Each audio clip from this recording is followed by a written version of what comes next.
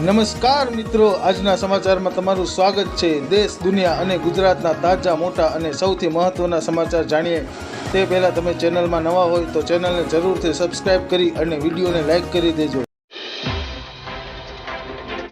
ફટાફટ આગળના સમાચારની વાત કરીએ તો ભાવનગર જિલ્લામાં ડુંગળીના ભાવમાં જોવા મળ્યો સતત ઘટાડો। માર્કેટિંગ યાર્ડમાં ખેડૂતોને ડુંગળીના ભાવ 1 કિલોના માત્ર 5 રૂપિયા જ મળી રહ્યા છે।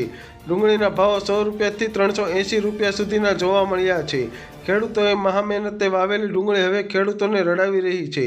યાર્ડમાં ડુંગળીની 1.5 લાખ કટ્ટાની આવક નોંધાઈ હતી। યાર્ડમાં ડુંગળીની આવક થાય તે પહેલાં યાર્ડ બહાર બંને બાજુ વાહનોની 3 થી 4 કિલોમીટર લાંબી કતારો જોવા મળી હતી।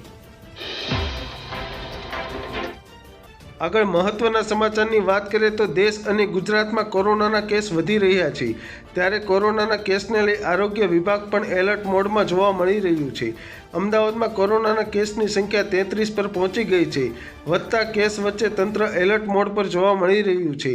હોસ્પિટલોમાં બેડ, ઓક્સિજન અને દવાની વ્યવસ્થા કરાઈ રહી છે। આગળના સમાચારની વાત કરીએ તો એશિયાના સૌથી મોટી પૈસાદાર વ્યક્તિ અને દેશની સૌથી મોંઘી કંપનીના માલિક મુકેશ અંબાણીએ એક મોટો સોદો કર્યો છે, જે બાદ મનોરંજન અને મીડિયા માર્કેટ પર તેનો દબદબો વધી જશે। મુકેશ અંબાણીના નેતૃત્વ હેઠળની રિલાયન્સ ઇન્ડસ્ટ્રીએ ગયા અઠવાડિયે લંડનમાં વોલ્ટ ડિઝની કંપની સાથે ગેરબંધન કરતા ટર્મ શીટ પર હસ્તાક્ષર કર્યા હોવાના અહેવાલ છે। આગળના સમાચારની વાત કરીએ તો હાલમાં જ રાજ્ય સરકાર દ્વારા ગાંધીનગરના ગિફ્ટ સિટીમાં લિકર પરમિટ આપવામાં આવી છે, જેના માટે સરકાર દ્વારા ઉદ્યોગોને પ્રોત્સાહન આપવા માટે આ નિર્ણય લીધો છે, જેની અસર વિવિધ સ્થાનો પર જોવા મળી રહી છે। આ સાથે જ ગિફ્ટ સિટીના ભાવોમાં ઓવરઓલ 10% સુધીનો વધારો સામે આવ્યો છે।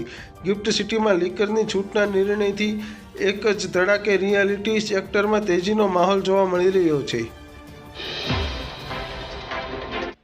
આગળના સમાચારની વાત કરીએ તો રાજકોટની સૌરાષ્ટ્ર યુનિવર્સિટી બાદ કણકોટમાં દીપડો દેખાયો છે।